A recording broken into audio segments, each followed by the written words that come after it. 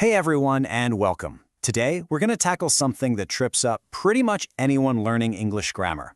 But don't you worry, we're going to focus on just a few simple keys that can fix a huge number of common mistakes, helping you sound way more clear starting right now. Does it ever feel like you're trying to solve a giant puzzle, but you've got a million tiny pieces? Yeah, you are not alone. English grammar definitely has its quirks, but the really good news is you don't need to memorize some huge, complicated rulebook to sound clear and correct. Actually, if you just master a few core ideas, you can get rid of most of the common errors people make. Think of them as the keys that unlock clear communication. So, let's leave all that stress behind and dive right into our very first key. Okay, first up, the absolute foundation of everything: building perfect sentences. Getting the word order right is the #1 step to making sure people know exactly what you mean. You see, in English, word order is absolutely crucial. Unlike some other languages, if you start moving words around, you can completely change the meaning of a sentence, or you can make it sound like complete gibberish. Getting this right is totally non-negotiable for clear communication. And here it is, the magic formula, the golden rule you need to remember. Subject, then verb, then object.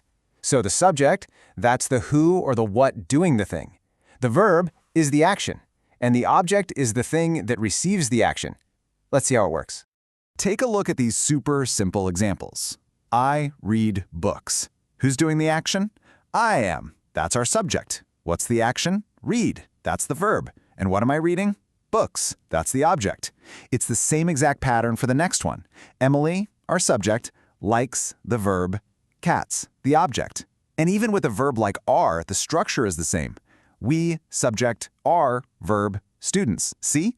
It's simple, it's predictable, and it's super powerful. All right, on to our second key, subject-verb agreement. Now, this is a spot where a lot of mistakes happen, but trust me, the rule is way simpler than it sounds. It's all about making your words match up. So the main idea is really easy. Singular subjects need singular verbs, and plural subjects need plural verbs. They have to agree with each other. It's kind of like wearing matching socks. It just works, you know? It looks right and it makes sense. Let's look at how this works side by side. For a singular subject like my friend, the verb gets an S on the end, likes. But for a plural subject like my friends, the S goes away and the verb is just like. See that pattern? It's he is for one person, but they are for more than one. The verb is always changing to match the subject. So here's the crucial thing to remember. When you join two subjects with and, you're actually creating a plural subject. Tom is one, Jerry is another. Together, Tom and Jerry, that's two, so they're plural. And that's exactly why we need the plural verb are. Tom and Jerry are funny. It's such a classic mistake, but it has a very easy fix. All right, time for some rapid-fire fixes. These are those tiny, tricky words that often get mixed up. Getting these right is such an easy win, and it'll instantly make your English sound much more polished.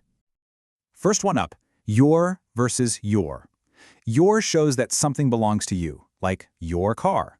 Your is just the short, snappy way of saying you are. Here's a super simple test. Just try to say the sentence with you are. Does you are very kind make sense? Yep. Does is this your car make sense? Nope. Easy, right? Next, we've got the exact same pattern with its and its. Its, with no apostrophe, shows possession. The tail belongs to the dog, so it's its tail. And its with an apostrophe is just short for it is or it has. Again, just expand it to check. It is going to rain. Sounds perfect. And our final pair, there and there. There points to a place. A helpful little trick is that it has the word here inside it, T-H-E-R-E, which also points to a place. There shows something belongs to a group of people, like their house. It belongs to them. So let's pull all this together. What are your next steps? We've covered 3 really powerful keys to improve your grammar, and they all fit on one simple little checklist. Here's your action plan. First, always check your sentence order. Have you got subject plus verb plus object? Good. Second, make sure your subject and your verb agree. Remember, one friend likes, but two friends like. And third, just do a quick double check for those common mix-ups. Is it your or you are? It's or it is?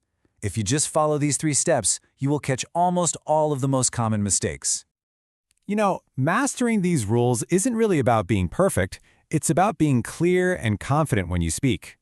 By focusing on these fundamentals, you're building a really strong foundation that's going to make everything else about learning English feel so much easier. So, are you ready to get out there and practice?